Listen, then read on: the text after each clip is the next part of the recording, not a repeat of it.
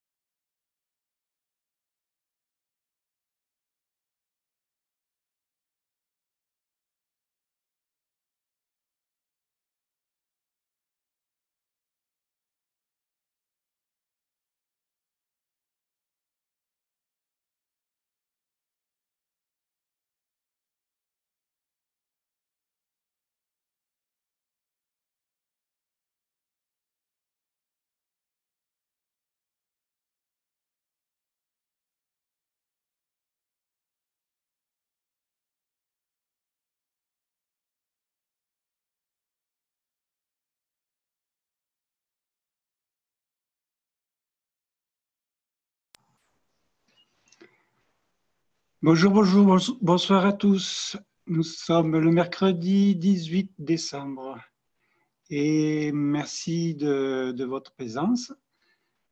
Comme tous les mercredis, on va avoir la chance d'avoir Aviram qui va nous faire la synthèse des enseignements du KSW 306, des enseignements de M. Kesh et de Carolina et des nouvelles plasmatiques.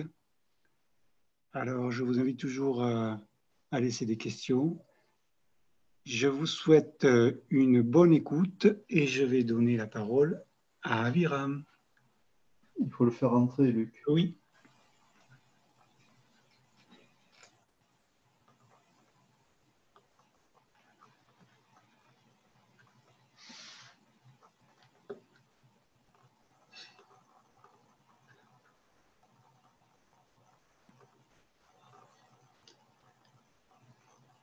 Alors, 5 minutes. Une petite manipulation à faire.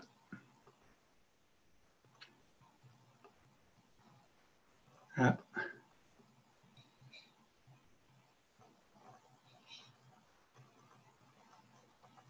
Aviram, c'est sur la liste de promote comme panéliste.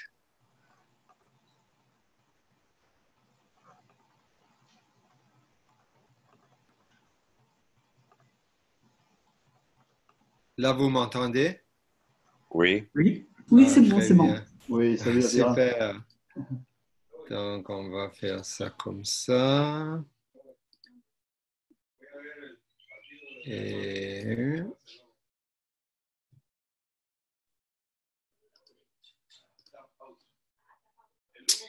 Bonjour mes amis. Alors, comme c'était déjà annoncé, aujourd'hui, on va parler d'un truc qui m'est, comme on dit au Québec, rentré dedans en tabarouette. C'était Carolina dans le dernier One Nation, One World.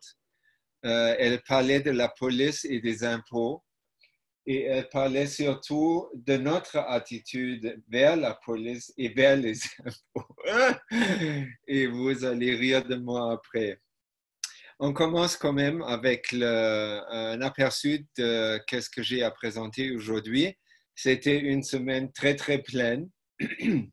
Donc, on a des témoignages numéro 37, One Nation, One Planet 99, et le 306e Knowledge Seeker Workshop. Donc, je ne vais pas tout lire ça. Si vous voulez rester jusqu'à la fin, vous allez écouter tout le contenu de toute façon. Donc, par rapport à la Plasma Times, beaucoup d'entre nous se sont demandé qu'est-ce qui arrive avec la Plasma Times depuis, je crois, le mois d'août. On n'avait plus d'autres éditions. La raison, on pourrait l'imaginer, et c'est confirmé maintenant qu'il y a trop de travail pour l'équipe de la Fondation Kesh pour éditer la nouvelle édition, mais ils sont en train de le faire. Et si on a encore un petit peu de patience, on va l'avoir en janvier, j'imagine. Ensuite, dans les témoignages, c'est Alex Korick qui vit au Canada aussi.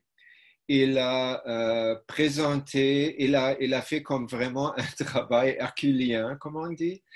Il a comme ramassé ou organisé tous les enseignements dans 3 étapes pour les débutants, pour les intermédiaires et pour les experts. Et lui, il est enseignant dans les enseignements privés. Donc, si vous voulez écouter, je crois qu'il est très bon dans presque tous les domaines. Il faudrait vous inscrire pour être étudiant privé. Pour faire ça, sur la fine pointe plasma version PDF, vous avez le lien. Sinon, vous n'avez pas envie de regarder ça comme ça. Vous pouvez aller à la Fondation Keshe et le site web de eux. Et dans l'onglet éducation, vous allez trouver le lien pour devenir étudiant privé. Ça coûte 100 € par an, finalement. Et il faut surtout, ce qui est beaucoup plus important que les 100 piastres, c'est il faut signer le traité de la paix. Parce que c'est ça le but principal de tous nos efforts. Ensuite, M. Keshe nous avait, jeudi passé, illuminé un peu plus sur je pourrais même dire, pauvre M. Trump. Il fait toujours le gros, mais c'est comme un chien qui aboie. Hein. Les chiens qui aboient ne mordent pas. Et en fait, il aboie beaucoup parce qu'il a un grand problème. Et son grand problème, selon M. Keshe, avant, c'était appelé le syndrome d'un père qui a un père de succès. C'est-à-dire son père que vous voyez à droite sur la même image. Il a bâti l'empire des Trump. Je crois que c'est surtout des hôtels. Et il avait... pour bâtir ça, il devrait comme déployer beaucoup de qualités qui sont conducteurs à créer un empire. Et quand il a un enfant comme M. Trump actuel, Donald, comme Donald on va l'appeler, et Donald, il a pas nécessairement acquis les mêmes expériences et les mêmes facultés, les mêmes capacités, parce qu'il est comme tombé naturellement au milieu de cet empire-là. Et tout à coup, il est devenu gérant sans avoir peut-être les compétences de le faire. En tout cas, cette situation, qu'est-ce que ça fait psychologiquement? Ça fait que Donald, inconsciemment en veut à son père, il doit toujours le battre, dans le sens de devenir plus que lui. C'est ça que tous les enfants font. Mais ça, c'est pas...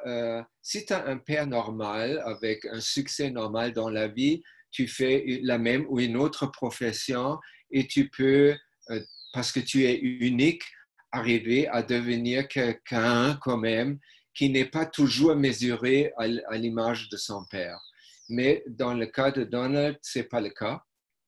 Donc lui, il en a développé une souffrance de toujours faire semblant, en fait, d'être plus qu'il est. Il ne peut pas relaxer avec ce qu'il est comme une personne comme vous et moi. Et pour ça, il fait plein de trucs à son insu, je crois, qu'il ne le ferait pas s'il aurait eu la chance de traiter sa condition par exemple, dans une unité d'amélioration universelle. Il va quelquefois, admettons, dans cette machine, là, il va d'abord voir la suite, si on veut, ou les causes psychosomatiques. Il va voir, oh, wow, mon père, et l'image de j'ai mon père, et pourquoi je me sens impuissant, et pourquoi je dois aboyer pour ne pas montrer mon impuissance, et ne pas surtout vivre ma propre impuissance. Et en plus, après, il a vu ça, et il peut peut-être se pardonner et accepter que s'il regarde bien, peut-être il voulait devenir chansonnier. Il ne voulait pas être président des États-Unis. Donc, il peut abdiquer demain, peut laisser la place à, comment il s'appelle? Margaret, qui est, je crois, formidable et qui veut aussi devenir présidente. Et là, il peut chanter pour prendre des cours de chant et il va faire une carrière comme Andrea Bocelli peut-être.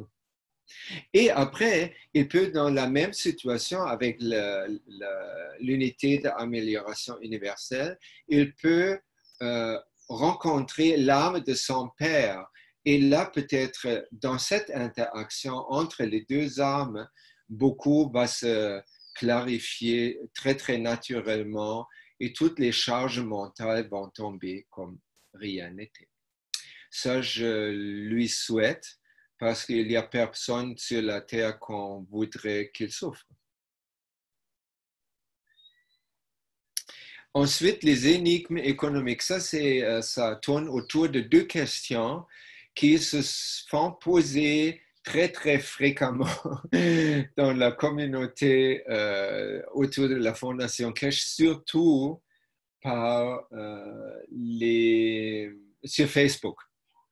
La première, la Fondation Keshe, est-ce qu'elle est prête à rendre les unités d'amélioration universelle moins chères pour les personnes économiquement moins nanties et qui en ont besoin? Et là, M. Keshe, il nous a rappelé deux choses. Une, la Fondation Keshe, ce n'est pas un organisme de charité. C'est but non lucratif, ils n'ont pas de but lucratif, mais ça ne veut pas dire que leur vocation est la charité. Un.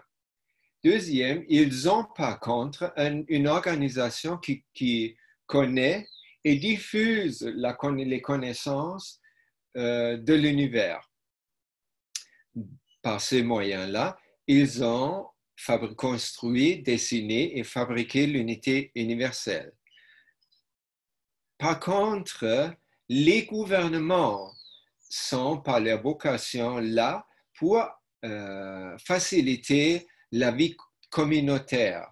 Et dans la vie communautaire des communes, un des mandats de tous les gouvernements est de s'occuper, s'il y a dans un pays une polarisation entre les riches et les pauvres, d'être là comme, on peut dire, un tampon peut-être, ou un facilitateur pour rapprocher les deux à long terme, mais ça donne à court et à mi-terme de un peu temporiser les différences et voir, oui, effectivement, les gens qui sont pas nantis, ils manquent très souvent aussi la capacité intellectuelle ou juste les outils pour s'organiser entre eux pour acheter une unité eux-mêmes entre eux. Donc, à ce moment, le gouvernement pourrait faciliter l'organisation. Comme ça, les gens qui ont besoin peuvent commander eux-mêmes, peut-être subventionner un peu une unité. Donc, ça, c'est une chose. Donc, là, ça ne sert à rien de poser cette question à la Fondation Keshe, elle ne va pas le faire.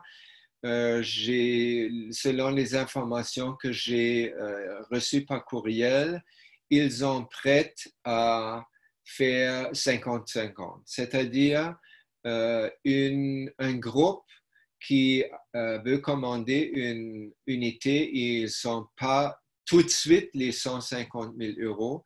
Ils doivent quand même mettre la moitié, ce qui est 75 000 euros. Et l'autre moitié est peut être payable en versement après livraison. Et ça, c'est très, très bon parce que ça diminue déjà ce qu'on doit payer upfront à la moitié. Et la deuxième partie, on peut générer ces fonds-là parce qu'on fait marcher l'unité. Donc, si on se rappelle combien est chargé normalement pour l'utilisation, si c'est comparable, admettons, on ne peut pas prendre Alzheimer et Parkinson parce qu'ils n'ont pas non, il n'y a pas de comparatif parce qu'ils sont dans la médecine conventionnelle incurables, mais on peut prendre un cancer et un traitement selon ce que je n'ai pas encore fait, moi, selon ce que j'ai entendu avec la chimiothérapie, par exemple, ça coûte autour de 30 000 $. Donc, un traitement de 23 000 pour ça, par l'unité universelle, c'est un bon prix. Et là, je crois qu'on ne va pas manquer de clients et de cette façon-là, on peut plus facilement payer ce qu'on a acheté. La deuxième, ça c'est sur Facebook, je vois ça comme presque tous les 2 semaines.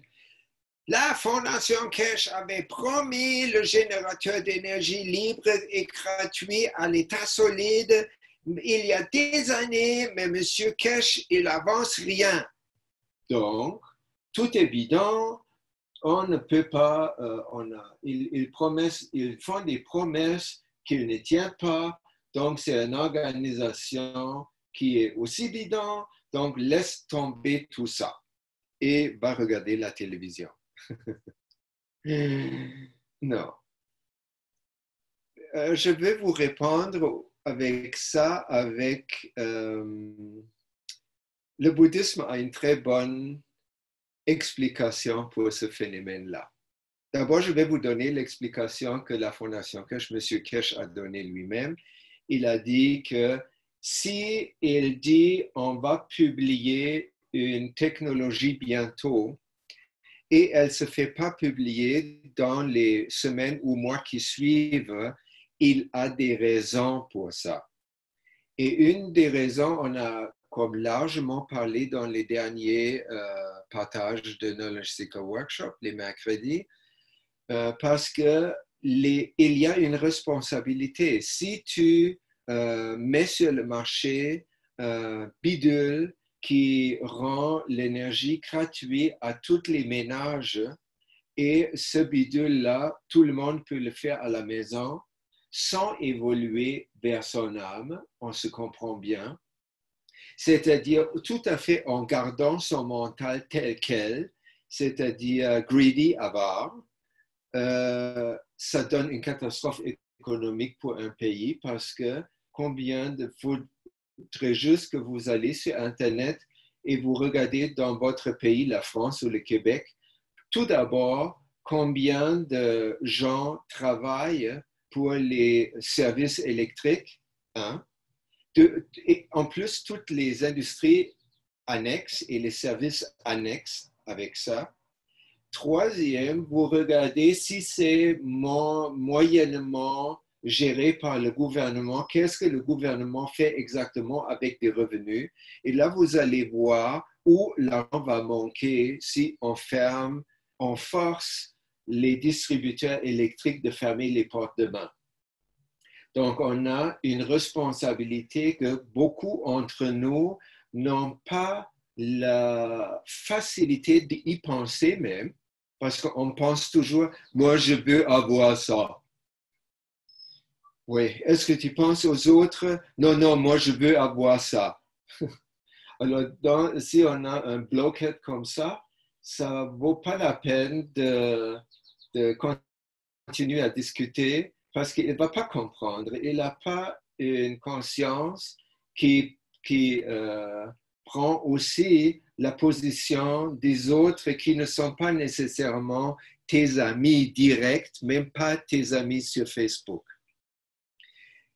Donc, le bouddhisme, qu'est-ce que lui, il dit? Il dit, tout marche avec perception. En fait, c'est Carolina qui dit ça aussi souvent.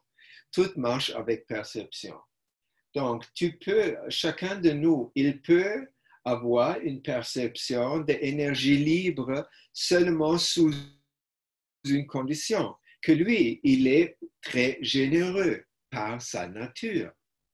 Donc, quelqu'un qui veut développer ou avoir un bidule d'énergie libre et il veut ça juste pour lui et il s'en fout du reste du monde et les conséquences, lui, il n'est pas généreux.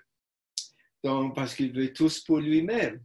Et si tu n'es pas généreux, tu ne crées pas un karma, c'est-à-dire comme des lunettes par lesquelles tu peux voir l'énergie libre à ta disposition. On s'entend bien. L'énergie libre, elle est libre de toute façon. C'est notre système avare, basé sur l'avarice et l'égocentrisme, qui rend cette énergie, pour le moment, inatteignable pour la majorité d'entre nous. Alors, ça veut dire, si on veut avoir l'énergie libre, ça prend juste une seule chose. On devrait devenir plus compassionné, on devrait devenir plus pensant ou regardant les autres. En autre mot, on devrait se rapprocher à son âme. Donc, on ne peut pas avoir l'énergie libre et garder le mental tel quel. Voilà. C'est ça. Ça veut dire ça. Comment peut-on s'apercevoir de la générosité aussi longtemps qu'on ne l'est pas?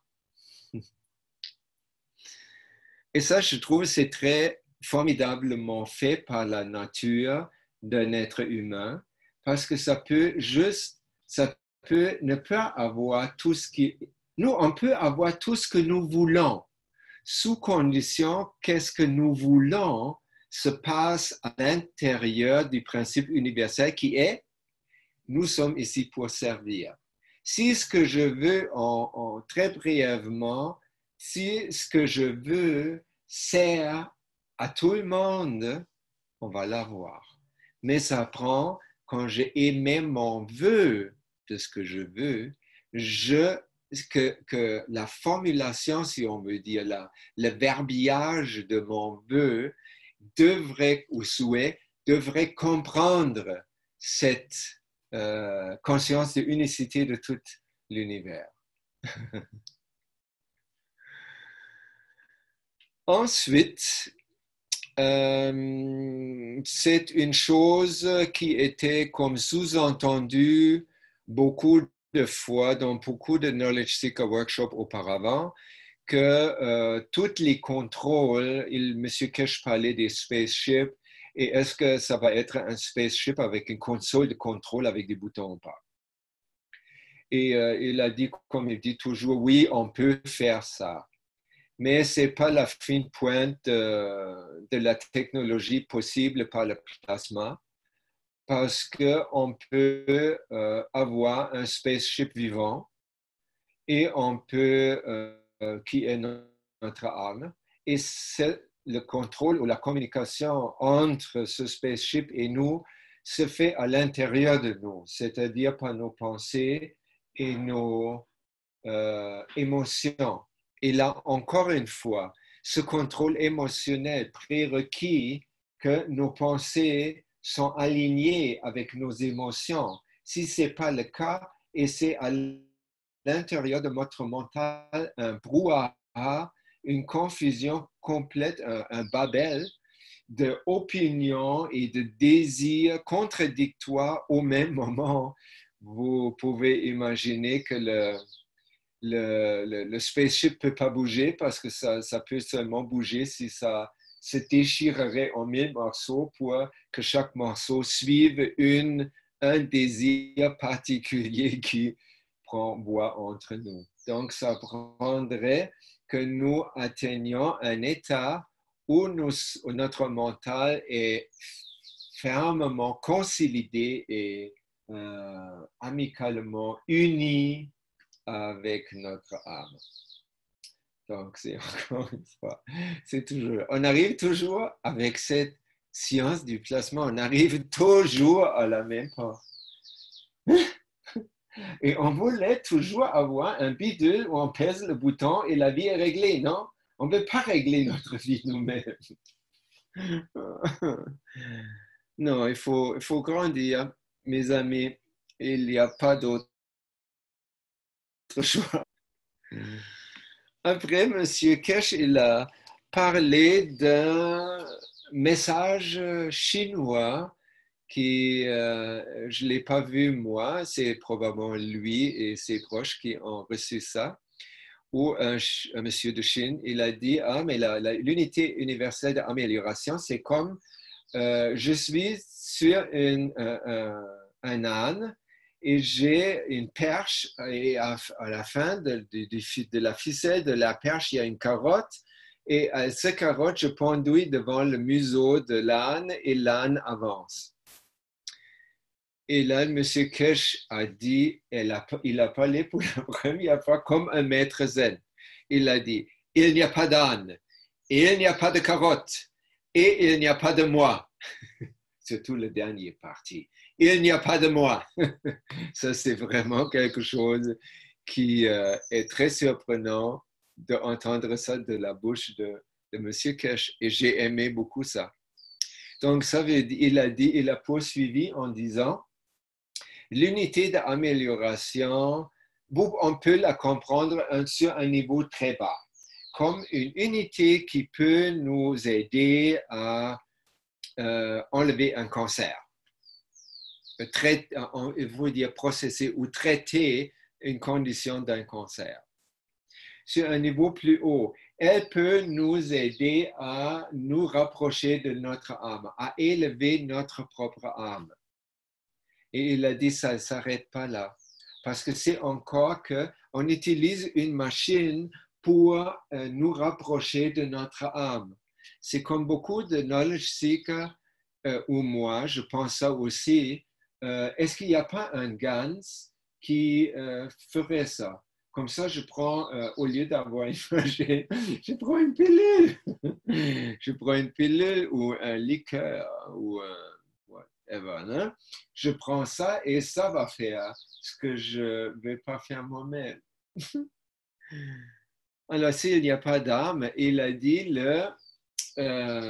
l'unité d'amélioration, elle est notre âme, elle est notre souhait, elle réalise nos souhaits dans le sens que, comme j'ai dit déjà la dernière fois, elle nous donne, elle élève notre vibration de notre mental essentiellement, ou comme la science de plasma appelle ça l'âme de la physicalité, élève elle au niveau de ce que nous voulons.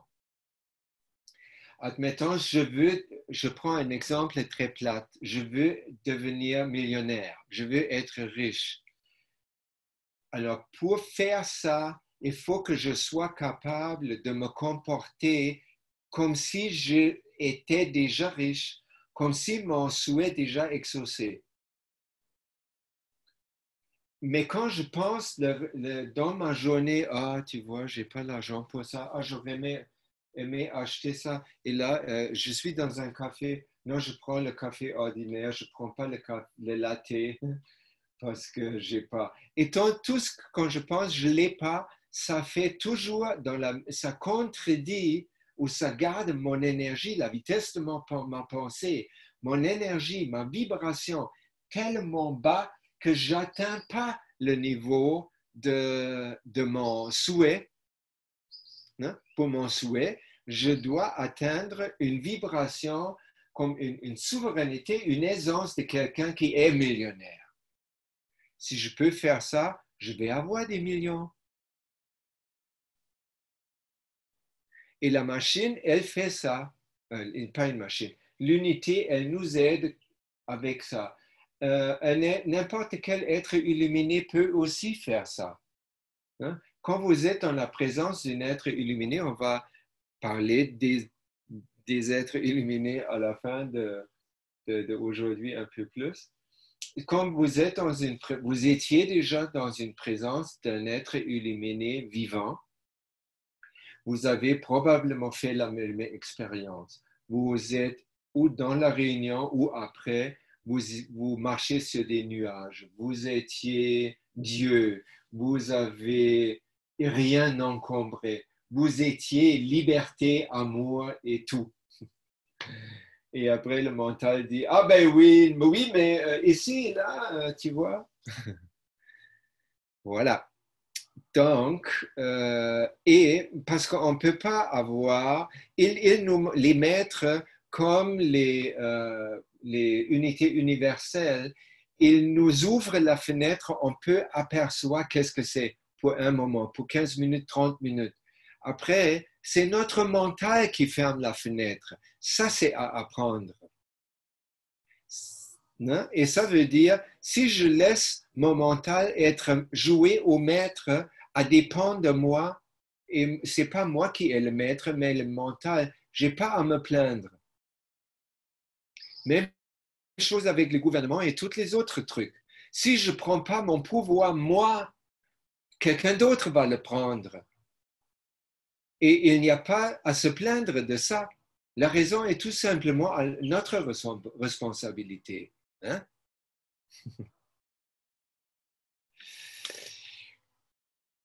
Et par la suite, il a parlé il a fait comme un petit enseignement sur ce qu'il appelait la structure de l'unité amélioration universelle.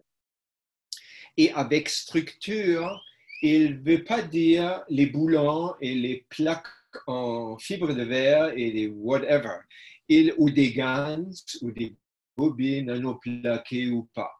Il ne voulait pas parler de ça. Pour lui, structure, c'était comme la structure de cette unité se construit elle-même, c'est ça ce que je compris, selon quel but on donne à cette unité-là. C'était aussi enseigner ce morceau-là dans le contexte, il ne va pas, même si quelqu'un lui offre le double de prix, il ne va pas vendre des unités universelles à des particuliers pour usage particulier. Si quelqu'un l'achète et dit « Oh, je vais ouvrir un centre et tout le monde du village peut arriver », il n'y a pas de problème. Mais si quelqu'un dit « Non, je veux ça juste pour moi et ma famille », et je suis très malade, d'accord? À ce moment-là, non merci, on ne va pas vous vendre la machine. Parce que cette intention, la machine, ce n'est pas une machine, la machine, c'est une unité. Alors, il faut penser que, ou je m'explique ça de cette façon, que notre intention, pourquoi on veut utiliser, créer la structure de la machine. Donc, si mon intention est privée et personnelle et matérielle et whatever, ça fait que la machine, elle ne peut pas déployer son vrai potentiel qui est le suivant. Il dit par la suite, c'est pas important à un moment donné s'il y a quelques machines, au moins 3 sur toute la planète. À ce moment-là, c'est plus nécessaire de rentrer dans la machine pour se faire traiter. On peut se faire traiter parce qu'on sait que la machine est là. Hein? Parce que, pourquoi 3? Parce que avec 3 unités, on peut déjà, se crée déjà une formation étoile. Vous vous rappelez qu'est-ce que c'est? C'est 3 unités sur la base qui sont liées entre eux et qui créent une 4e unité qui est l'âme collective des 3. Hein? Vous vous rappelez? C'est comme une pyramide triangulée d'unités d'amélioration universelle. Donc, quand ça s'est créé, eux, chaque des 3 vont se lier entre eux et créer cette âme collective, et ça déploie un champ de transformation pour toute l'humanité. Et effectivement, de plus d'unités on peut faire, le plus vite ce processus va se faire pour arriver à un état que vous vous rappelez, si vous avez, j'espère que vous avez déjà regardé le film La Belle Verte. On va vivre comme ça, on n'a plus besoin de rien matériel. Vraiment, là on est confronté avec le plus grand défi de juste être heureux toute la journée sans aucun truc matériel. Wow, oh, oh. That's not really easy. Et pour ça, c'est une bonne idée que ça dure quand même un peu de temps, cette transition ou cette évolution, parce que on peut se familiariser ou on peut apprivoiser ce nouveau monde. On est trop vite, surtout dans le New Age, on est trop vite. Ah oui, nous, on veut tout de suite la nouvelle ère, le nouveau monde. Ouais, demain, ça va bien. Ouais, je crois pas. Juste de penser, si on n'a plus besoin de manger, ça veut pas dire plus besoin, ça veut dire plus besoin d'aller à la toilette et toute l'industrie qui est liée à ça, et ne pas se procurer la nourriture, préparation de la nourriture. Comme ça, on a énormément plus de temps dans la journée. On fait quoi? Regarder la télé? Je crois pas. Donc, ça va faire que dans un état comme ça, avec plus de temps, on va être confronté à notre intérieur beaucoup plus drastiquement et ça va nous demander beaucoup plus urgentement de devenir amis avec nous-mêmes dans le sens que mon meilleur compagnon, c'est moi. Et de toute façon, c'est ça ce que vous allez dire, je crois, nous allons dire le moment où nous allons atteindre notre âme. Maintenant, les taxes et la police.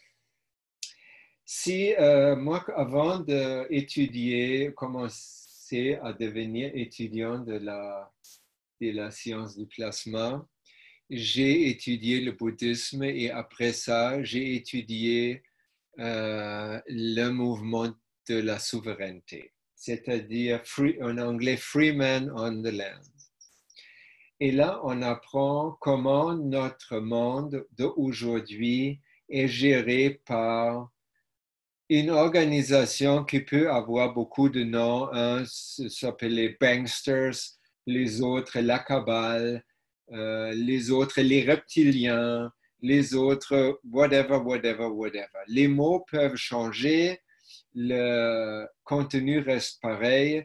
C'est une, entre guillemets, élite, ça veut dire un petit groupe d'humains qui domine le reste de l'humanité. C'est un peu la même chose que le 1% vers le 99%. Et ils font depuis 8000 ans, ils modifient, ils changent les institutions afin qu'ils servent aussi les écoles, les hôpitaux et tout ça, maternelles, universités, afin qu'ils servent leur propos de domination plus qu'autre chose. Et une de ces institutions, c'est les impôts, et une autre institution, c'est la police. Et dans cette, comment on peut dire, philosophie ou dans ce regard de la réalité, ça se trouve, on peut aussi vérifier ça historiquement. Après la Deuxième Guerre mondiale, les gouvernements des mondes civilisés, entre guillemets, ou industrialisés, n'avaient déjà plus d'or pour garantir les empreintes qu'ils doivent faire aux banques qui impriment leur argent national. Et ces banques-là, ils impriment l'argent et après, ils prêtent cet argent-là au gouvernement contre intérêt et ils n'impriment pas l'argent pour payer l'intérêt. Donc, ça devient un gouffre qui devient de plus en plus grand et ça devient que un pays, l'endettement des gouvernements n'a aucun fin. Après après la Deuxième Guerre mondiale, les gouvernements n'avaient plus d'argent pour garantir, donc techniquement, ils ne pouvaient plus faire du commerce. Mais là, les banquiers sont arrivés, on dit, ah non, arrêtez-vous, calmez-vous, on a un autre instrument pour vous, c'est une carte d'identité ou une carte d'assurance sociale. Et le numéro d'assurance sociale, ça veut dire que chaque citoyen devient personnellement garant pour la dette de son pays. Et ça fait que les pays n'arrivent pas à fournir tellement tout l'argent pour payer ça, qu'ils doivent trouver des moyens comme la plus grande partie des impôts qui sont ramassés par le gouvernement vont pour payer la dette. Et malheureusement, la police dans les pays industriels, ils ont devenu des collecteurs de taxes parce qu'ils se cachent derrière des arbustes pour trouver si tu n'as pas fait ton stop. Et là, ils vont clignoter, ils vont t'arrêter et voilà, tu payes $200 d'amende. Et par exemple, ils ont un salaire minimum, donc ils ont une cote sur c'est comme un bakshish, sur le ticket, l'amende qu'ils écrivent. Ça, beaucoup de policiers ne le savent pas. Beaucoup de policiers, comme au Canada, un policier c'est un agent de paix. Mais si nous, maintenant, et ça c'était le propos de Carolina qui m'a vraiment choqué, elle a dit, si vous continuez à voir tous les policiers comme des pirates ou des voleurs, comme des criminels au fin fond, hein, comment voulez-vous que le monde change? Vous savez le pouvoir de votre souhait. Chaque semaine, on fait des nouveaux souhaits à l'intérieur du Conseil universel et on les publie pour enseigner la puissance et le pouvoir des souhaits. Mais quand vous avez projeté une image qu'un policier est juste un voleur ou un collecteur de taxes, c'est un souhait. Ça fonctionne exactement comme un souhait et ça veut dire on les rend ça.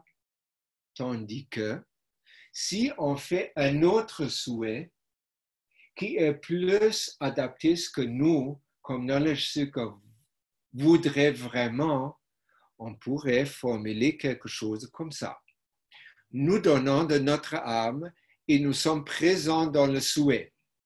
Les agents de police accomplissent avec joie et compassion leur travail pour établir et maintenir la paix dans notre société. Tout d'abord, ça va rendre les policiers fiers. Ça va les rendre aussi, si les supérieurs les disent, prenez vos matraques et allez dans les rues contre les gilets jaunes, les policiers peuvent aussi dire à ce moment-là, non, je ne crois pas. que je vais faire ça. Je ne vais pas matraquer quelqu'un qui dit un genre que je trouve aussi c'est vrai ce qu'ils disent. Donc, je vais pas les matraquer ou maltraiter. Et ça fait que quand nous voyons un policier, on ne va pas tout de suite penser à une amende, on va penser que, oh, il est en train d'aider quelqu'un d'autre ou il est en train de nous aider tous à maintenir la paix dans notre communauté. Donc, je vais aller vers lui si jamais et je vais demander est-ce que je peux vous aider. Donc, vraiment sincèrement, pas juste comme une blague. Ensuite, pour les taxes, c'est exactement la même chose.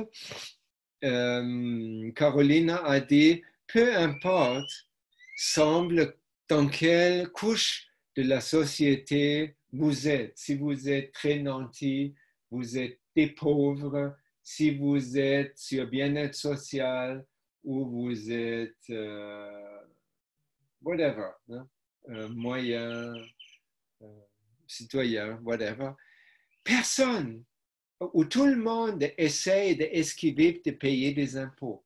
Et là, tu n'as pas besoin d'être freeman, c'est juste, non, je ne veux pas payer pour la communauté. Et là, l'argument est toujours, mais non, ça va dans les poches de politiciens, ça va dans le militaire que je ne souscris pas, ça va dans toutes sortes de coins où je ne voudrais pas que ça soit. Et de l'autre côté, je élus toujours ceux qui font ça. Quoi? Oui, je participe aux élections et j'élus, comment il s'appelle, Macron? Non, Macron.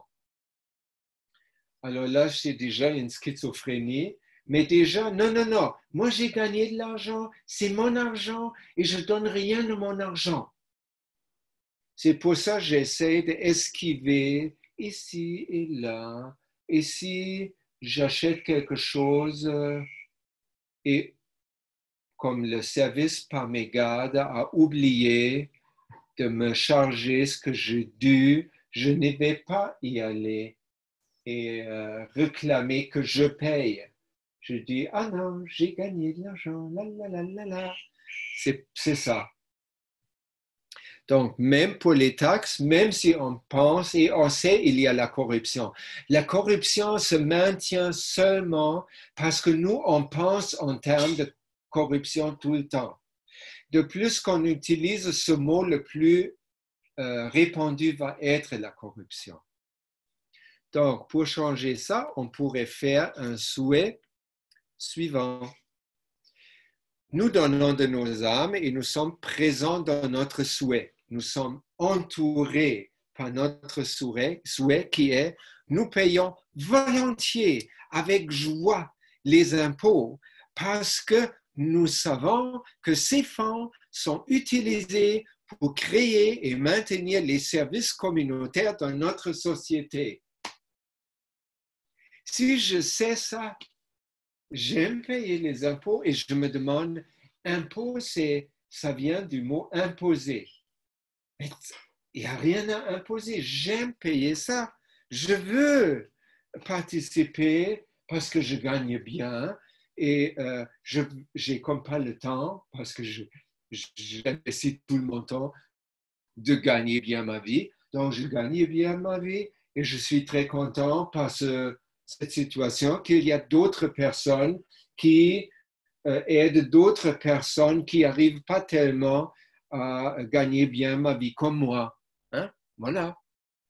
Ou les étudiants qui peuvent difficilement vraiment étudier et gagner leur vie au même moment. Je me rappelle quand tu as vraiment un intérêt à tes études, et là, tu ne vas pas juste faire le curriculum, tu vas apprendre tout ce que tu peux trouver. Et là, tu as les 8 heures par jour, hein, c'est pas assez. Hein? Et tu ne peux pas laisser faire 4 heures pour faire un job, pour payer ta location, ta petite chambre et les frais d'étudiant et la bouffe. Hein? Donc, c'est une très bonne idée. Oui, les retraites. Hein. À un moment donné, une personne est trop âgée, mais trop âgée ou pas trop âgée. Non? Il a assez travaillé pour l'argent. Il n'avait pas tellement plaisir, mais quand même une récompense. Il a payé la rente toute sa vie professionnelle et c'est une bonne idée que la société lui fait vivre après une vie où il a accès à tous les biens de la société dans laquelle il vit. Voilà.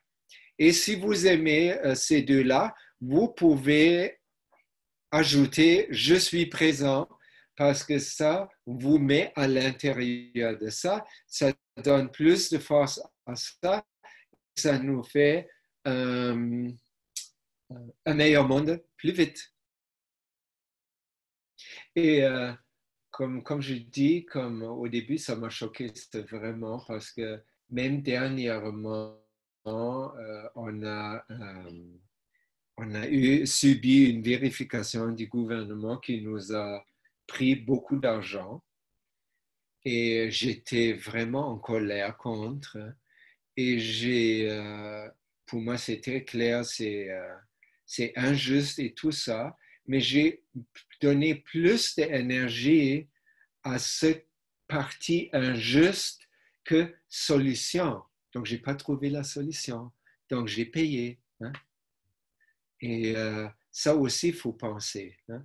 Quand on reste dans les jugements négatifs, notre rapidité de pensée, notre vitesse de pensée basse. Quand on est dans un mode de vitesse de pensée basse, on est loin de l'âme, on n'a pas beaucoup de créativité, on ne peut pas penser out of the box. On est dans la box. Donc, c'est vraiment, encore une fois, la même porte. C'est une bonne idée, vraiment une bonne idée de se rapprocher, coûte que coûte, moins, non, que de se rapprocher joyeusement à notre âme. Dans le même contexte, la nouvelle compréhension, a new understanding. Ça, je vais vous donner les citations que j'ai prises du Knowledge Seeker Workshop parce que c'est très, ça parle, c'est auto-expliquant. Carolina, d'abord, elle a dit, de bien de façon, vous, les chercheurs de connaissances, possédez déjà les connaissances nécessaires pour créer vous-même les unités UAU et celles qui suivront. Qui suivront, par exemple, c'est deux. C'est une unité pour améliorer l'environnement et c'est la petite unité Oasis qui nous chauffe la maison et qui nous donne à manger. Et elle a dit littéralement, nous tous avons les connaissances nécessaires pour faire ça.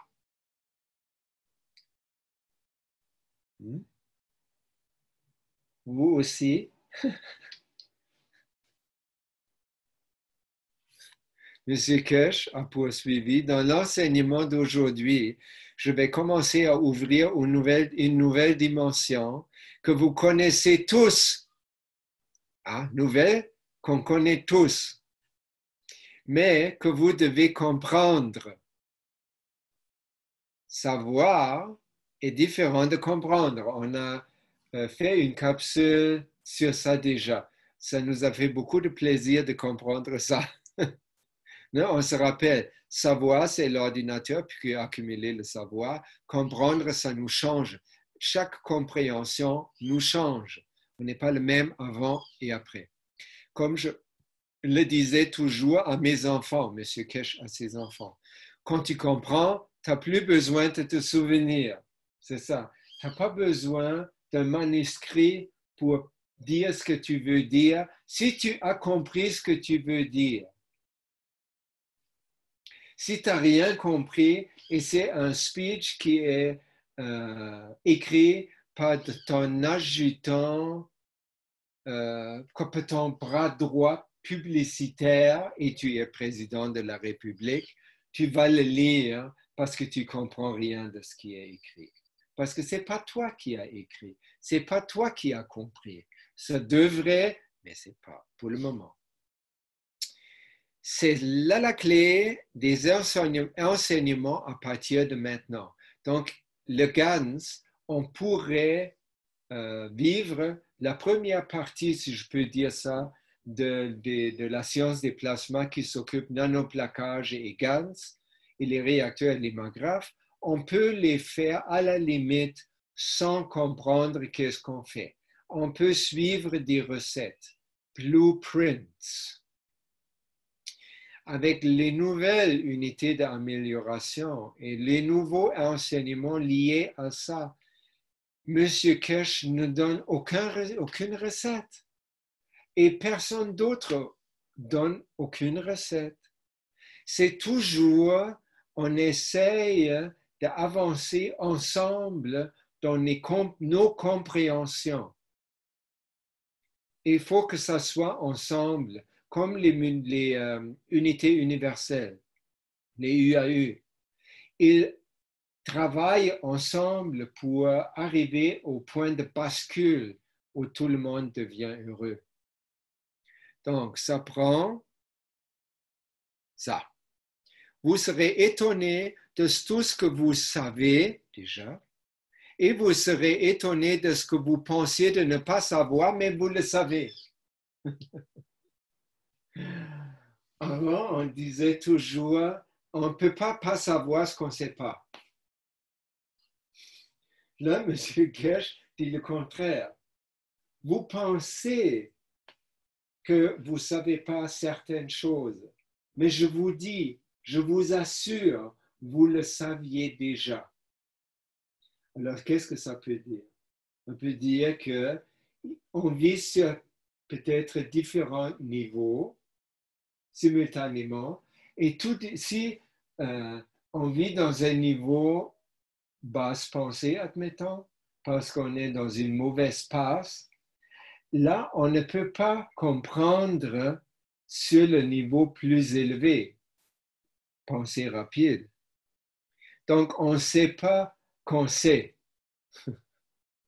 Parce que nous faisons aussi d'une autre façon, nous faisons partie de l'âme universelle qui auparavant était appelée Dieu. Nous en faisons partie. Nous sommes un aspect coloré de notre façon individuelle de cette merveille qui s'appelle âme universelle ou avant Dieu. De cette façon, on sait exactement la même chose que Dieu. On sait tout ce qui s'est passé dans le passé, tout le passé. On sait tout ce qui va se passer dans le futur, ici et ailleurs.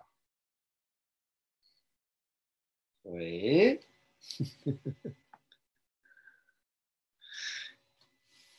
Voilà, prochaine étape, capsule, c'est les nouvelles habits de l'empereur. Vous connaissez toute cette histoire. Si vous ne la connaissez pas, demandez à votre maman, elle la connaît. Monsieur Kesh a fait allure à cette histoire-là parce qu'il a répété encore une fois, auparavant ou jusqu'à aujourd'hui, juste avant la science du plasma, on portait des habits et on portait des habits comme on voulait et comment nous semblait bon. À partir de maintenant, notre corps devient comme un habit par rapport à notre âme. Donc, si on voit ça comme une échelle, avant, on était entre les deux premiers pas, c'est-à-dire le plan matériel, le corps, ensuite le plan de l'âme, de la physicalité, ou le mental, ou les émotions, et après, maintenant, on se rapproche de l'âme, et sur le vue du niveau de l'âme, on a la possibilité d'utiliser notre corps comme on utilise maintenant nos vêtements. Ça veut dire on peut suspendre, on peut enlever notre corps si jamais il y a une catastrophe. On n'a pas besoin de fuir ou de faire des barrages ou whatsoever. On juste suspend le corps. Et après, l'orage a passé, on réincarne le corps. Et là, tant qu'à y être, on peut aussi faire, admettons, on avait la polio comme enfant et une jambe est trop courte par rapport à l'autre, on peut faire 2 jambes pareilles. Ou on est né en Allemagne et on habite au Guatemala et on ne veut pas toujours avoir l'air d'un gringo, donc on change la couleur de la peau plus brune, on devient pas plus grand parce que je suis déjà petit. Et on a des cheveux noirs, évidemment. On a un gabarit plus large, et je veux quand même garder mes yeux bleus et je trouve que ça va être très sexy. Un petit Guatémaltèque avec des yeux bleus comme moi.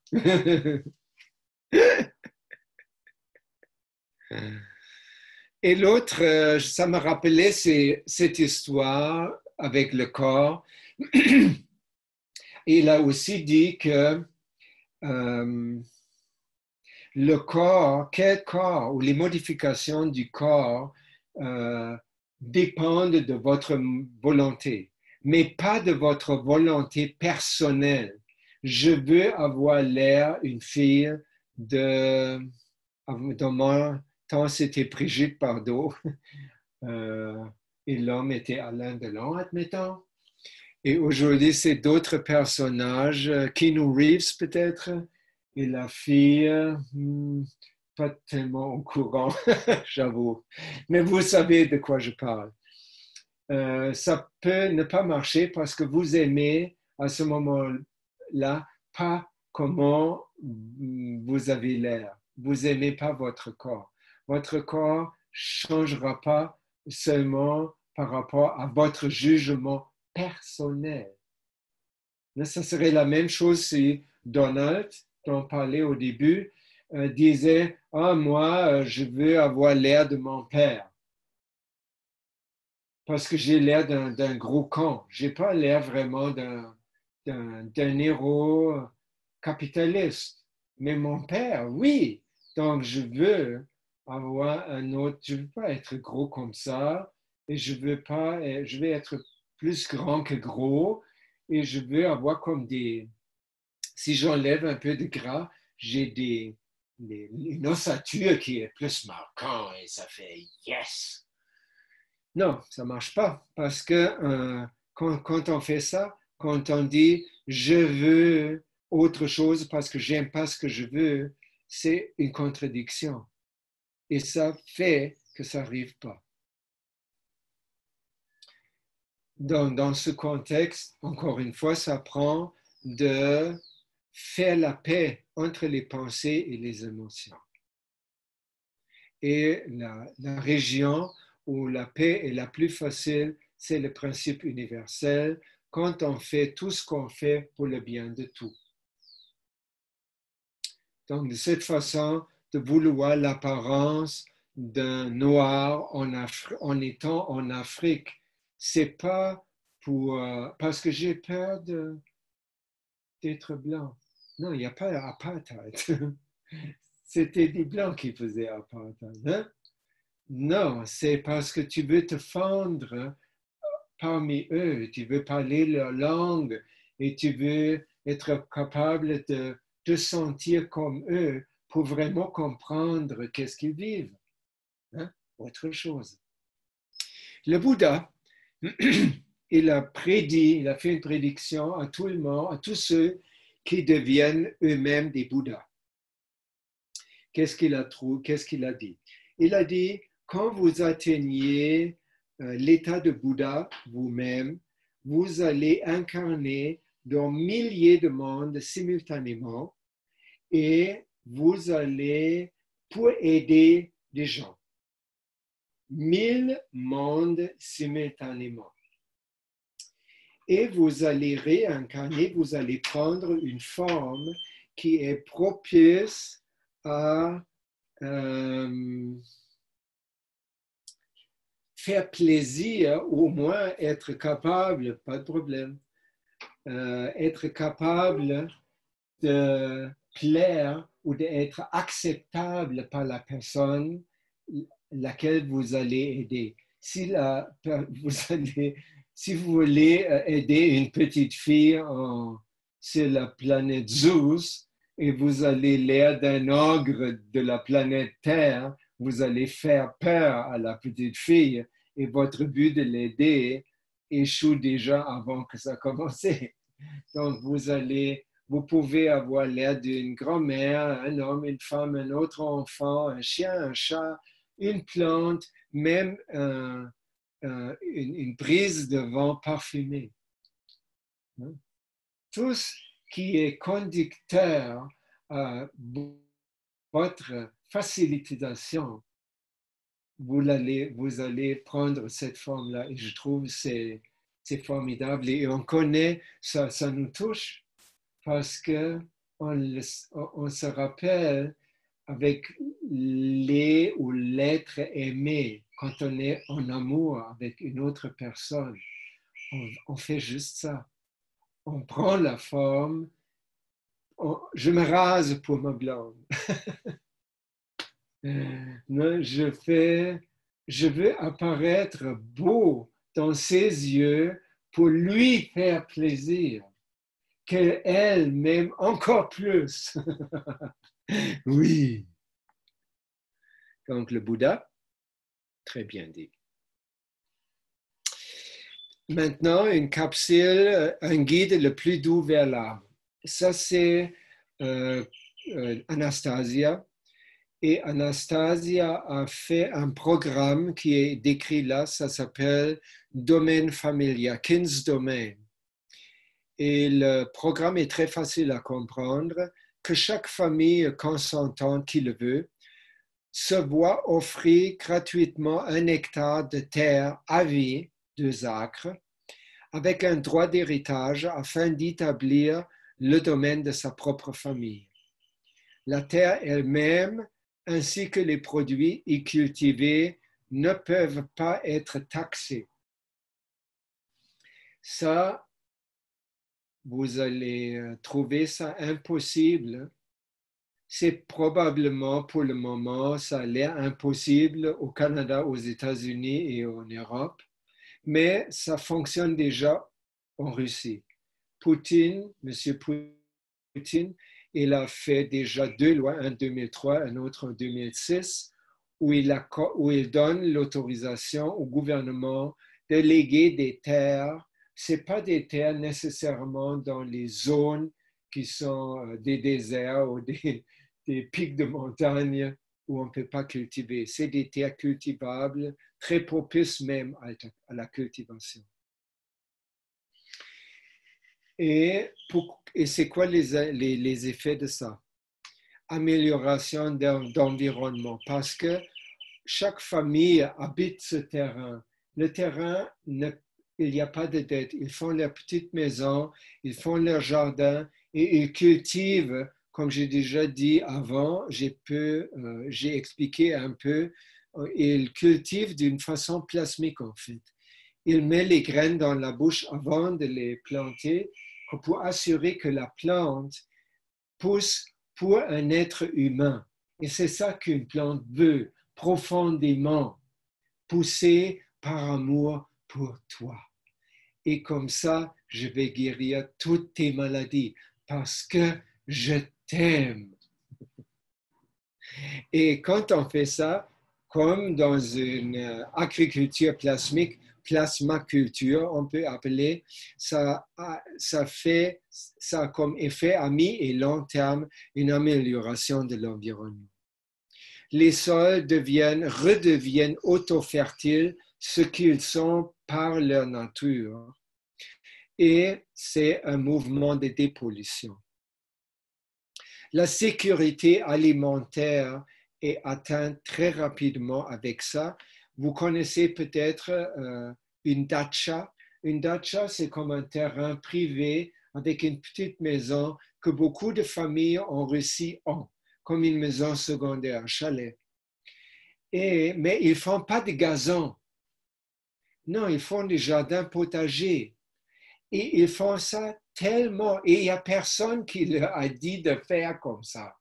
C'est un mouvement de grassroots qui est émergé tout seul, par exemple. Et déjà en 2001 ou 2003, je ne me rappelle pas, 75% de fourniture des aliments était assurée par les dachas. C'est-à-dire 3/4 de ce que la nation a besoin de manger en légumes, en œufs, en poulet ou whatever, était fourni par des jardins privés, sans pesticides, sans herbicides, bio. Wow, hein? Et pour ça, la Russie n'a plus peur d'une famine, donc il ne dépend déjà plus des genres des États-Unis et autres qui veulent leur vendre leur blé subventionné. Ils peuvent dire, oh non, merci beaucoup, on a mieux. Plus ça donne, c'est trop complexe de vous parler de tous les détails maintenant. C'est juste que ça donne aussi une augmentation des salaires dans toute l'économie de 2 à 3 fois, plus une réduction de prix. Comme M. Kirsch parle de sortir des paysans de leur situation précaire parce que le paysan, il n'est pas considéré comme une profession noble, il n'est pas considéré du tout court. Alors lui, avec le placement, il aide à les sortir. Mais si le fermier sort, c'est la base d'une nation. Hein? C'est la nourriture. Tout le monde y dépend. Là, c'est toutes les autour qui peuvent faire de la même façon. Donc, ça change la mentalité et la façon de faire, comment produire les choses pour soi-même et pour la communauté. Et si vous voulez les détails, c'est formidable et c'est facile à lire. C'est les livres de M. Vladimir Maigret. S'appelle Anastasia, ou en anglais The Ringing Cedars Series. Si vous comprenez l'anglais, s'il vous plaît, lisez en anglais. La version française pas complète et pas très, très bien faite. Et si toute la situation économique dans le sens de polarisation change, c'est-à-dire l'écart entre les riches et les pauvres s'équilibre, ça réduit effectivement les tensions sociales. Et ça donne moins porte ouverte à dictature ou à un capitalisme comme on l'a maintenant. On pourrait dire capitalisme totalitaire où il n'y a pas un dictateur, une seule personne, mais comment on appelle ça, un conglomérat de multinationales. Améliorer la ration de la démographie et de la santé dans le sens que vous avez remarqué, tous les pays industrialisés, avancés, le taux de naissance baisse. Pourquoi? Parce que les femmes ne veulent plus accoucher. Pourquoi? Parce que ça ne vaut pas la peine. Pourquoi? Parce que je ne vois plus un futur. Je ne veux pas accoucher un enfant dans un monde de bordel. Non, merci. Wow. J'aime les femmes qui parlent comme ça. Alors, ça veut dire, faites-moi un autre monde et j'accoucherai volontairement. Et les papas peuvent effectivement dire la même chose. Ça ne me tente pas d'engendrer, aider de mettre au monde un enfant pour qu'il souffre. Non. Et finalement, moins de corruption, criminalité, terrorisme, ça va avec la réduction des tensions sociales. Et ce mouvement de domaine familial, ce n'est pas un autre type de propriété privée. Si vous connaissez peut-être ou vous avez regardé dans le dictionnaire étymologique de où vient le mot privé, ça vient du latin privare. Privare, ça veut dire voler. Alors, si quelqu'un écrit avec fierté sur son terrain, comment on dit, entrée interdite, terrain privé. Wow! Pourquoi tu as volé ça? Et pourquoi ils font ça? Anastasia l'explique, il n'y a rien de plus important dans notre vie que de ramener la terre à son état florissant originel. Et c'est même plus que ça. Plus tard, dans la même capsule, je vais vous dire ça, où elle dit, notre but, pourquoi on est né sur cette planète, c'est de coloniser l'espace. Et là, M. Kesh a dit exactement la même chose. Et je crois, ni M. Kesh a lu les livres d'Anastasia, ni Anastasia a écouté les Knowledge Seeker Workshops. C'est un truc qui est tellement vrai qu'on a comme accès à ça. Tout le monde aussi, les deux. Et on peut coloniser seulement, comme la précondition de coloniser d'autres planètes ou d'autres mondes dans l'univers, et qu'on a rendu que cette terre dans laquelle nous vivons un paradis. C'est ça ce qu'on veut faire. Et la paix, sans paix, ce n'est pas possible. On ne peut pas faire comme réparer tous les environnements dans une dictature. Hein? Si la paix ne règne pas, la nature ne se répare pas. Je parle de la nature environnante et je parle de la nature intérieure, pareil.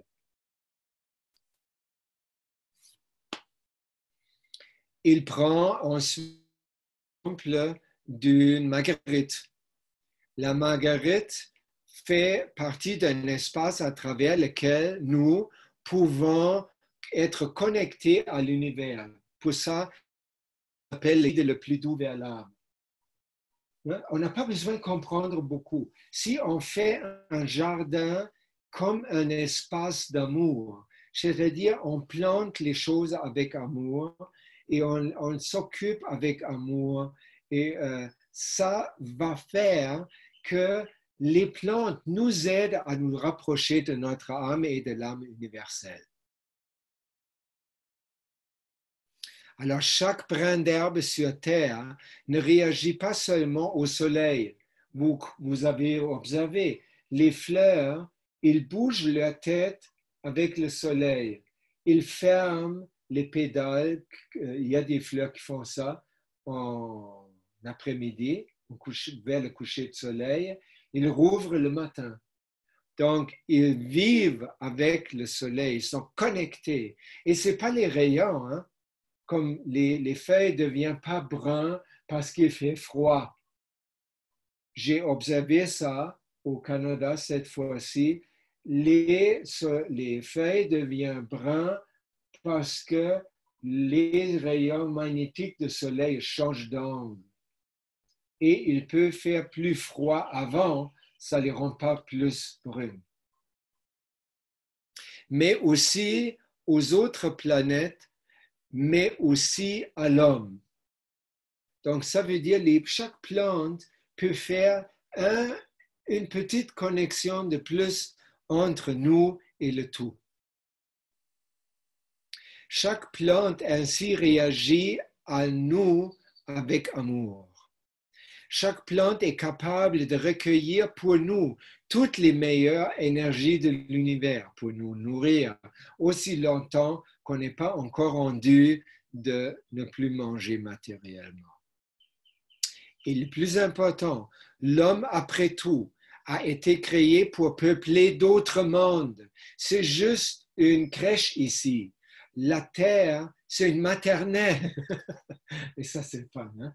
Une maternelle, oui, je vais être dans une maternelle.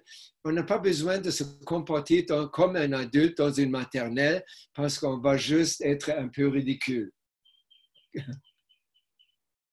Et cela n'arrivera que lorsque l'homme comprendra et embellira sa propre terre. La façon d'aménager les planètes de l'univers n'est pas par la technologie, mais par la psychotélépathie émotionnelle. L'homme doit prendre conscience de ce qui constitue la véritable beauté de l'univers et se rendre compte on peut seulement quand on comprend, quand on le fait nous-mêmes. Là, le savoir est descendu à travers nous jusque dans nos tripes.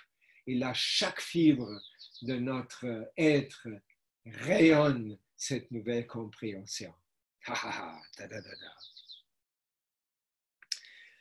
Maintenant, la deuxième capsule, c'est les gourous. Ça, j'ai trouvé drôle. Monsieur Kesh a dit, comment on peut vérifier si quelqu'un parle ou agit et il nous dit que ah oui, mon âme est élevée. Moi, j'ai élevé, mon âme est déjà élevée, là. Vous comprenez? Ou Yoma. Donc, il y a des méthodes pour checker si quelqu'un est bullshit ou si quelqu'un est vraiment l'âme élevée.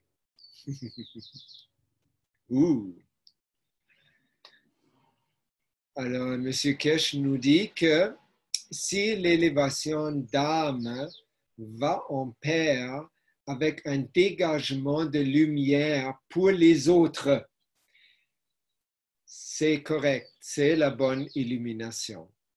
Ça veut dire, si notre âme est élevée, nous ne pouvons plus de toute façon avoir des désirs particuliers ou personnels. Notre seul désir à ce moment-là, c'est le désir de notre âme qui est le bien-être du tout.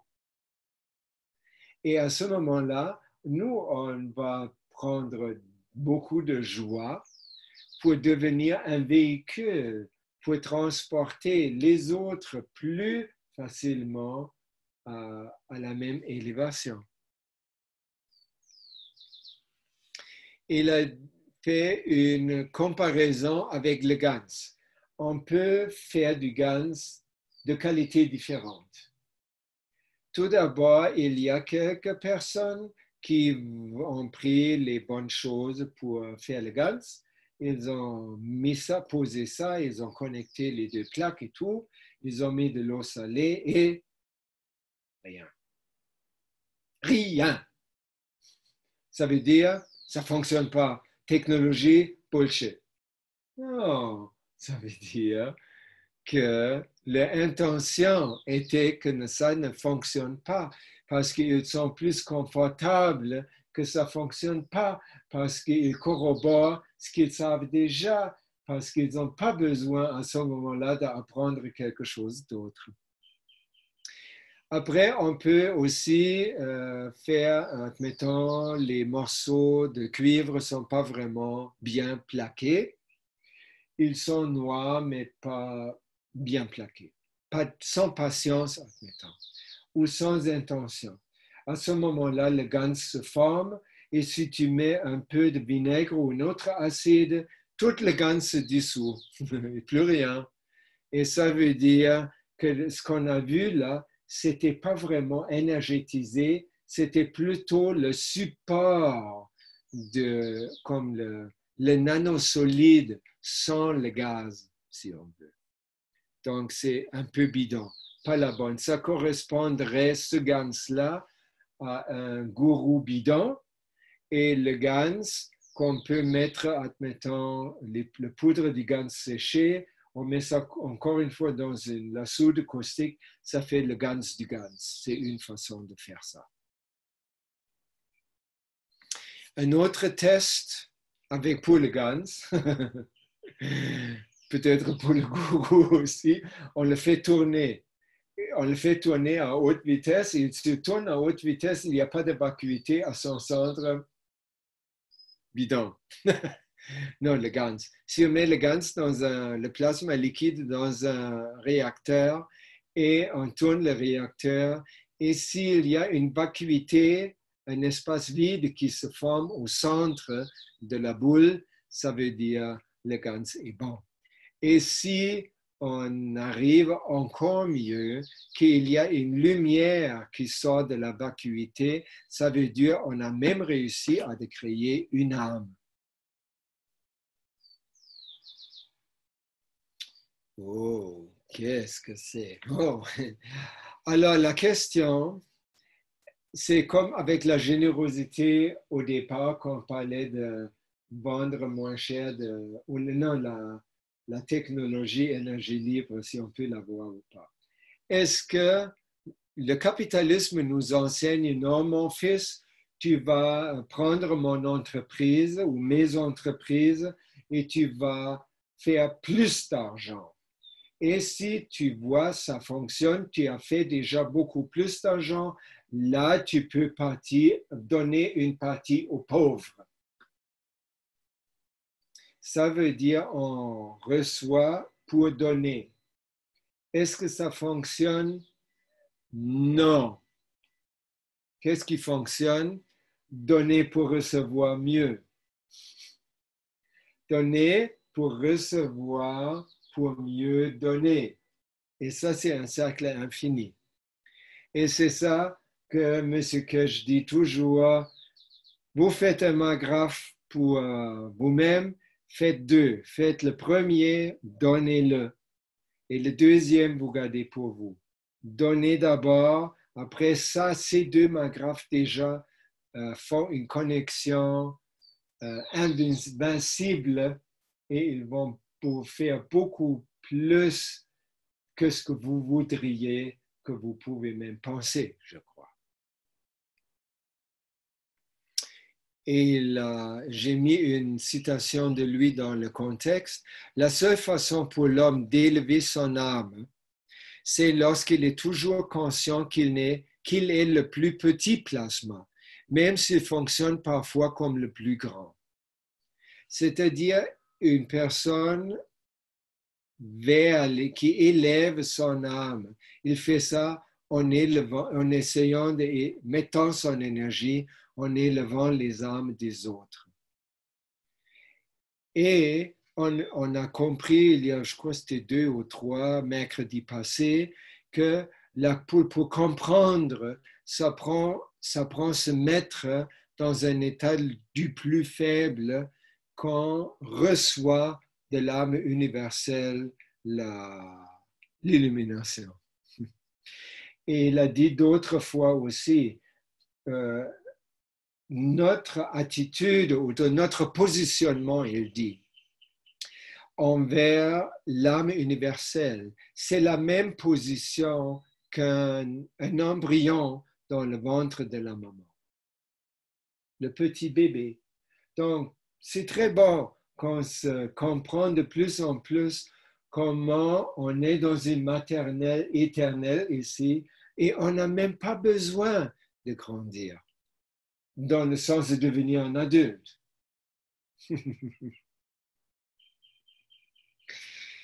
Ouf, hein? C'était beaucoup de tabac aujourd'hui, beaucoup dans le plat pour le plat principal déjà beaucoup fourni et même le dessert, c'est pas maigre non plus. Hein.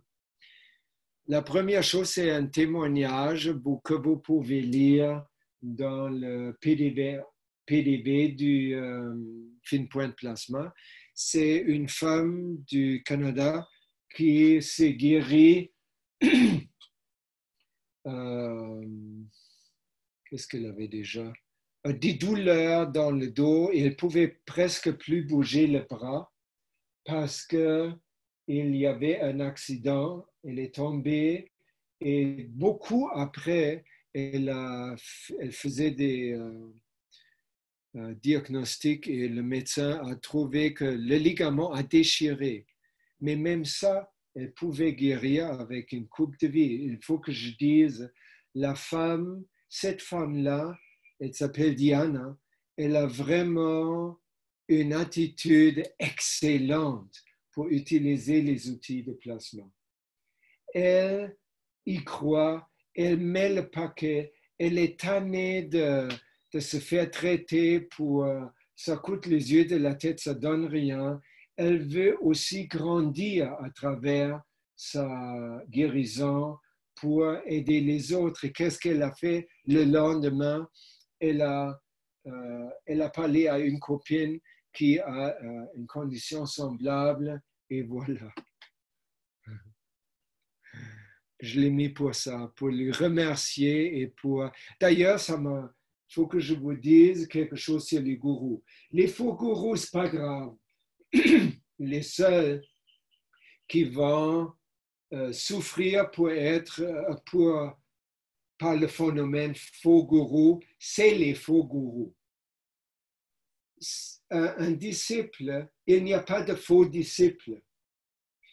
Ça veut dire, c'est très pointu, je crois que c'est Bouddha qui a dit ça.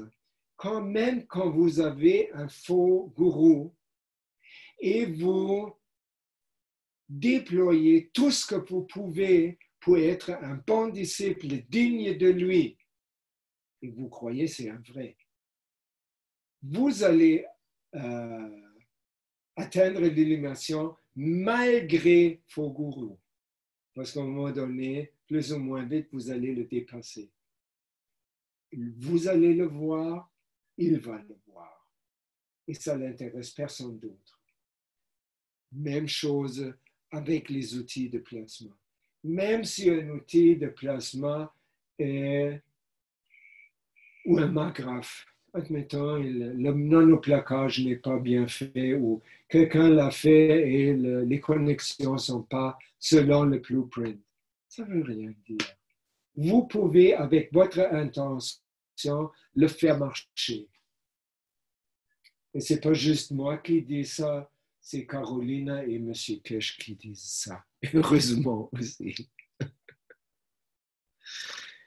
Ensuite, c'est Gianni, notre ami de Roumanie, qui sont très actifs dans les jardins.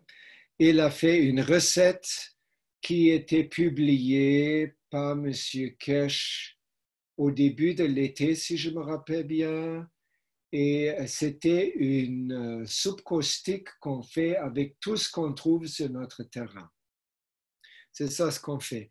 On prend les restes de cuisine et les fleurs, les arbres, même des cailloux. J'ai pris comment on appelle ça? Le fond, un peu de fond de notre lac. J'ai pris des plumes d'oiseaux qu'ils ont perdues. J'ai pris même, j'ai pris la cendre de notre four. J'ai pris tout ça et j'ai mis ça dans un restant de liquide caustique du nanoplaquage. Donc, on met ça dans un très grand contenant comme un seau et on ajoute tout ce qu'on trouve sur le terrain et il n'y a pas de limite à la fantaisie.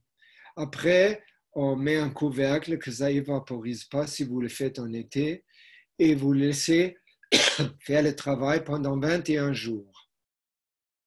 Pendant ce temps, vous pouvez ajouter des choses si vous trouvez, parce qu'on peut aussi trouver, mettre un peu, ajouter de notre fosse septique ou autre chose.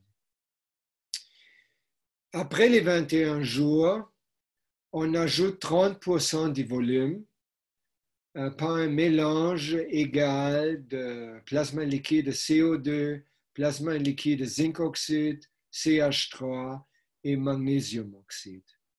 Toutes les 4 bien lavées et on mélange tout ça. Ensuite, on lave le mélange 3 fois pour juste diminuer le taux alcalin un peu, mais on n'a pas besoin de le ramener à 6,8 selon Gianni. Après ça, c'est prêt à l'emploi. On peut le mettre dans le jardin pour arroser, on peut mettre dans les boules pour accrocher et tout.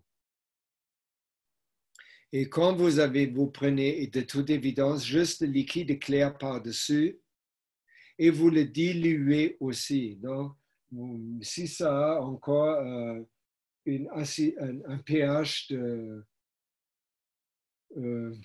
10 ou 9, c'est pas bon d'arroser avec ça. Donc, vous diminuez, vous mettez peut-être 1 par 10 dans de l'eau pour arroser et vous arrosez. Et quand vous arrosez, vous avez utilisé la moitié, vous remplissez l'autre moitié avec une bonne eau. Pas besoin de prendre l'eau distillée ou déminéralisée si votre eau est bonne. Si vous êtes sur l'aqueduc municipal, c'est plein de chlore. Il faut au moins remplir un baril dehors et de laisser pendant 24, sinon 48 heures, dégazer du chlore ou du fluor. Et après, vous pouvez utiliser cette eau aussi, ou vous prenez l'eau de pluie, tout simplement. Ensuite, dans le témoignage, c'est Carrie Ellis, notre sœur au Mexique, qui est d'origine américaine. Elle a fait des travaux sur la visualisation du plasma. Elle a trouvé 2 trucs intéressants. Elle a dit, peu importe comment quel plasma liquide je fais congeler, il y a toujours une boule d'énergie au centre. Et elle interprète ça de la façon suivante. Cette boule d'énergie se forme naturellement parce que le champ d'énergie qui émane d'un plasma a une forme de tore, c'est-à-dire c'est comme une boule. Après, elle a trouvé un truc génial. Ça, c'est les 2 courges de la même sorte.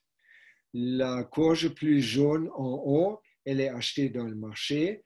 Et si vous avez déjà ouvert une courge, l'espace où sont les graines, il est souvent vide. Et les graines sont comme un peu attachées et tout ça. Et chez elle, cette même courge, elle a fait pousser dans une culture plasmique, plasmaculture. Il n'y a aucun espace vide. Tout est même. Dans l'autre, il y a un jaune plus clair ou beige plus clair. Et ici, c'est blanc. Donc, c'est...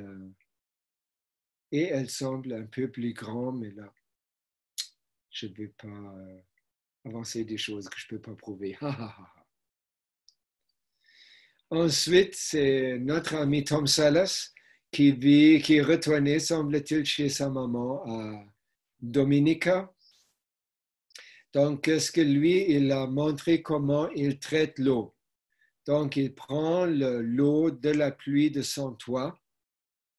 Et là, il faut faire attention quand même. Si vous avez des bardeaux d'asphalte ou des plaques en éternite, ne prenez pas l'eau de là. Le plaque d'asphalte, c'est pétrochimique et l'éternite contient souvent, surtout quand c'est vieux, l'amiante. Et l'amiante est carcinogène. Donc lui, admettons, il a, comme ici, je suis maintenant à Panama, les toits sont faits avec la toile métal. C'est l'acier galvanisé, ça va. Donc il collecte ça dans un grand bidon avec un mélange de gaz CO2, zinc oxyde, CuO, CH3, c'est-à-dire les 4 gaz de base, sont dans des contenants fermés à l'intérieur. Donc, eux, ils vont plasmifier l'eau. Après, l'eau sort par un overflow, par un trop-plein, dans un autre contenant où ils ramassent l'eau pour boire. Et de ce contenant, il y a un autre overflow qui va dans un autre bac qui contient des vaisseaux avec le plasma fait avec l'eau de mer qui est pour les plantes. Et ça, c'est une super bonne idée parce que, même pour nous, parce que l'eau de mer contient tous les éléments qui existent sur Terre.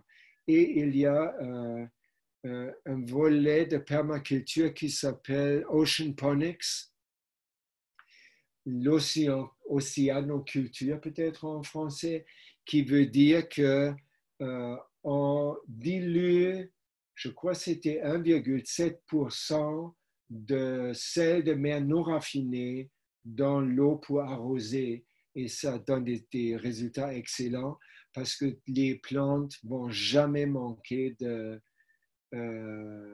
trace elements, des oligo-éléments. Et encore mieux si on le fait par le GANS parce que c'est plus absorbable et on n'a pas besoin de gosser avec dilution et blablabla. Ensuite, un truc rebelle de notre cher maître M. Kesh,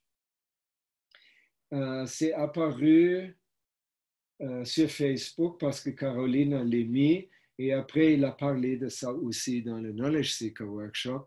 Est-ce que l'eau de GANS, c'est une eau informée? Et il dit, mais non! Parce que même, parce que les interactions, si on veut comme se donner une image, les interactions entre les entités ou des substances différentes, c'est comme les rayons de lumière. Si les rayons de lumière du soleil, c'est le full spectrum, si ça tombe sur une plante, on voit seulement les rayons qui sont reflétés et non absorbés. Donc, les particules sur une plante qui sont vertes et rouges, jaunes et tout ça, sont absorbées. Non, les bleus et les rouges. Les bleus, les red, yellow, green. Non. Oui. Alors, tous les rayons, les bleus et les rouges et tout ça sont absorbés. Seulement les verts sont reflétés. Ça donne une plante qui nous apparaît verte parce que le vert n'est pas absorbé. Mais ça veut dire que la plante, en fait, elle est toute autre chose que verte parce que j'ai juste le vert qui est reflété. Et avec les rayons plasmiques, les champs magnétiques, c'est la même chose. Tout ce qui est absorbé, on ne s'aperçoit pas, mais seulement on s'aperçoit des champs qui sont reflétés, qui ne sont pas absorbés. Et ce qui n'est pas absorbé, ça n'a rien fait avec. Si on regarde ça avec de l'eau, si je parle d'information, information, ça veut dire je donne une forme ou une structure à l'eau. Ça va très bien si l'eau est morte. Si elle n'a pas de structure idéalement. Et là, je donne une structure, c'est-à-dire d'une certaine façon, force une structure sur elle. Est-ce que ça change l'eau par rapport à l'eau de GANS? Non. Parce que c'est juste une information que je peux mettre dans l'eau et je peux l'enlever. Oui? Parce qu'on peut, par exemple, les scientifiques qui travaillent dans cette direction d'informer l'eau, ils disent si on passe l'eau à travers un tourbillon qui tourne vers la gauche, l'eau coule comme un hélix. Et quand l'eau coule comme ça, elle se recharge, elle devient informée, elle devient plus énergétisée. Et après, je la mets dans un verre où je la bouille, où je la dis des méchancetés, où je la ignore et elle va perdre sa charge. Donc, c'est comme une connaissance. Je mets une connaissance dans un élément que je traite comme pas vivant. Parce qu'un élément vivant ne peut pas prendre une information comme un ordinateur. Un être vivant prend les informations et les comprend, c'est-à-dire ça change. Ça veut dire que l'eau plasmique n'est pas la même qu'avant. Et c'est tout ce que j'ai compris de cette intervention sur l'eau informée. On ne devrait pas parler d'information si on parle à l'intérieur des interactions plasmiques. Et ça, c'est très clair parce que c'est une interaction des entités qui sont déjà vivantes. Et il a dit déjà maintes fois avant, quand vous avez de l'eau plasmique, ce n'est pas une eau, ce n'est pas l'eau matérielle, ça a l'air de ça, mais ce n'est pas ça. C'est un niveau d'énergie, un comportement et une essence complètement différents. C'est-à-dire, par l'interaction sur le niveau plasmique, l'eau a changé. Ce n'est pas la même eau qu'avant. Tandis que l'information, pour moi, si j'ai bien compris, c'est comme un message dans une bouteille, on met ça dans l'eau, et là, l'information, si j'enlève la bouteille, elle n'a plus l'information. Voilà. Voilà, mes amis. C'était ça pour cette semaine. Ça. Est-ce que vous avez des questions et des commentaires? Oui, bonsoir, c'est Franck. Oui. Vous m'entendez? Voilà, j'aurais en fait une petite question justement sur l'information et l'eau et donc les champs. Par rapport justement à, en fait, par rapport au gaz de nourriture. Comme moi je suis assez axé sur le gaz de nourriture, ce que j'ai pu donc comprendre, c'est qu'en fait, en récupérant de l'eau au départ, on dira normal, en y mettant donc le gaz de nourriture à l'intérieur, en fait, les champs prennent contact, s'échangent, s'équilibrent, et une fois qu'on sort finalement le tube de gaz de nourriture, on se retrouve avec l'eau qui possède les champs du gaz de nourriture. Est-ce que j'aurais bien compris? Oui. Oui, je vois D'accord. ça de la même façon. D'accord, très bien. Ouais. Parce que moi, j'ai réfléchi un petit peu à tout ça aussi entre-temps et voilà, c'était mon cheminement aussi. Oui. Vous avez publié des témoignages avec l'eau, le gaz de nourriture, c'est ça? Oui, tout à fait. Oui, c'était ça. Oui. Oui. C'est moi qui me Oui, nourris depuis un an avec. Voilà. oui, oui, j'ai bien aimé. Je D'accord, me merci. rappelle. Voilà. Donc, en fait, c'était pour avoir justement plus de compréhension parce que c'est vrai que le mot information, dès qu'on a affaire à l'eau et qu'on veut transmettre une énergie, on parle toujours d'information. Mhm. Et donc, voilà, maintenant, avec cette nouvelle compréhension, en fait, c'est pas vraiment, même c'est pas une information qu'on transmet, c'est vraiment les champs, parce qu'une information, c'est soit on la reçoit, soit on ne la reçoit pas. Que les champs, une fois qu'il y a les champs, il y a les champs. C'est ça. Mhm. Bien. Bon. Très bien pour ces petites précisions. Merci beaucoup. Mon plaisir, Franck.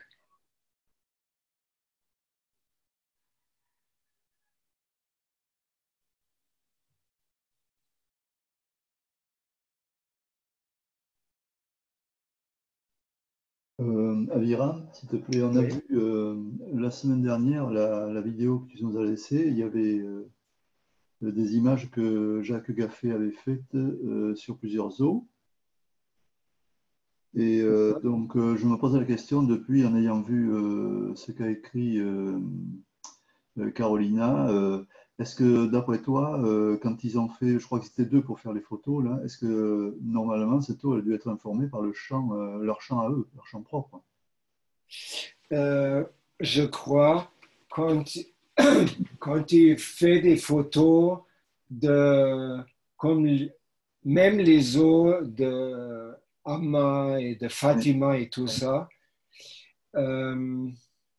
ça c'est comme le gaz parce que ces gens-là ils agissent sur le niveau de l'âme, je pense, Oui, comme le gaz. oui. Donc ça, l'eau après, avant, après, c'est pas vraiment bon de dire l'eau avant, l'eau après. C'est l'eau avant et le plasma liquide après. Ouais. Je crois que cet article ou cette intervention, elle est importante pour notre compréhension. Qu'est-ce qu'on fait quand on travaille avec le GANS et pas seulement d'offusquer les gens qui parlent de l'eau informée, on s'en fout un peu, je crois. Oui, tu as raison. Ok. En tout cas, merci encore une fois pour ta prestation de ce soir. Hein. Plaisir. Gros boulot. Merci, Aviram, c'était brillant, vraiment.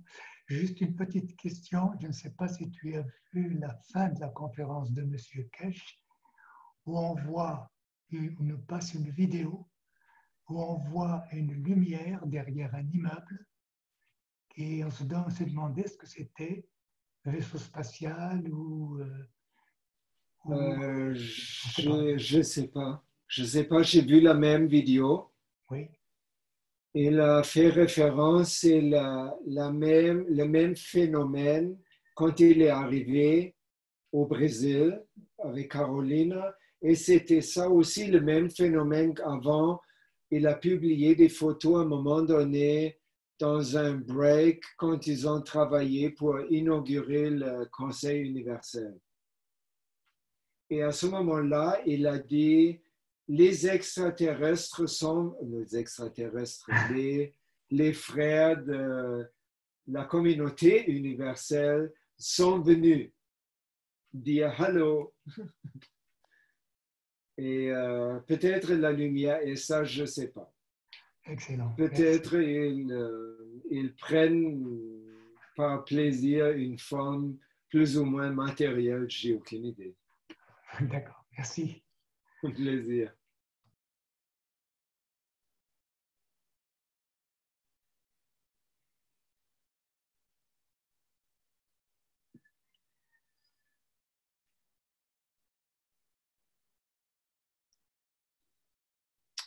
Alors,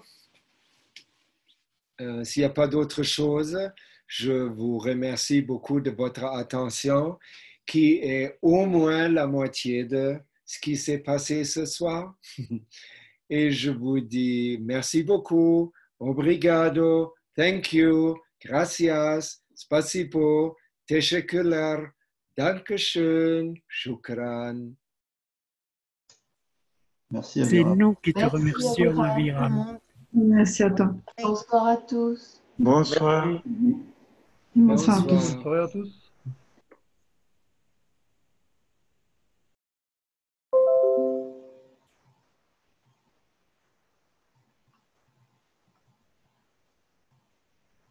La prochaine réunion,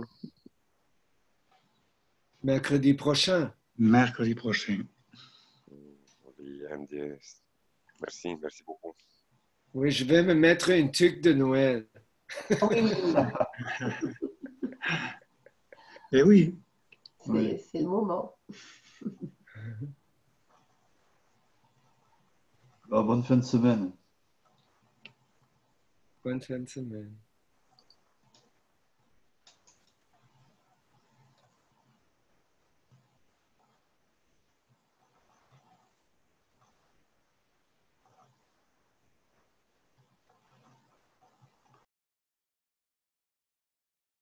Et tous oubliés du parti.